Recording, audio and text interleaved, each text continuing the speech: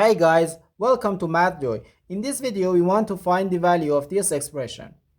5 minus 2 times 5 minus 2. Are you ready to solve? Let's go ahead and get started. In this expression, we have one subtraction, one multiplication, and one parenthesis.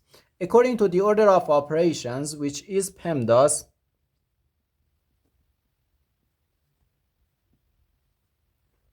P stands for parentheses, E stands for exponents, M and D stands for multiplication and division, and A and S stands for addition and subtraction. We first do parentheses, then exponents, then multiplication or division, and finally addition or subtraction. Remember that multiplication and division have equal priority and we have to work from left to right, and the same applies to addition and subtraction. Okay, so here first we have to do this parentheses. Inside this parentheses we have 5 minus 2, which equals 3. So we have 5 minus 2, then times 3. Now in this expression we have one subtraction and one multiplication.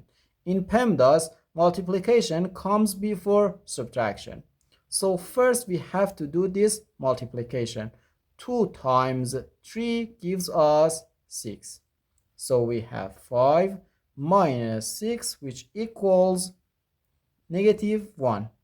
So our final answer to this problem is just negative 1.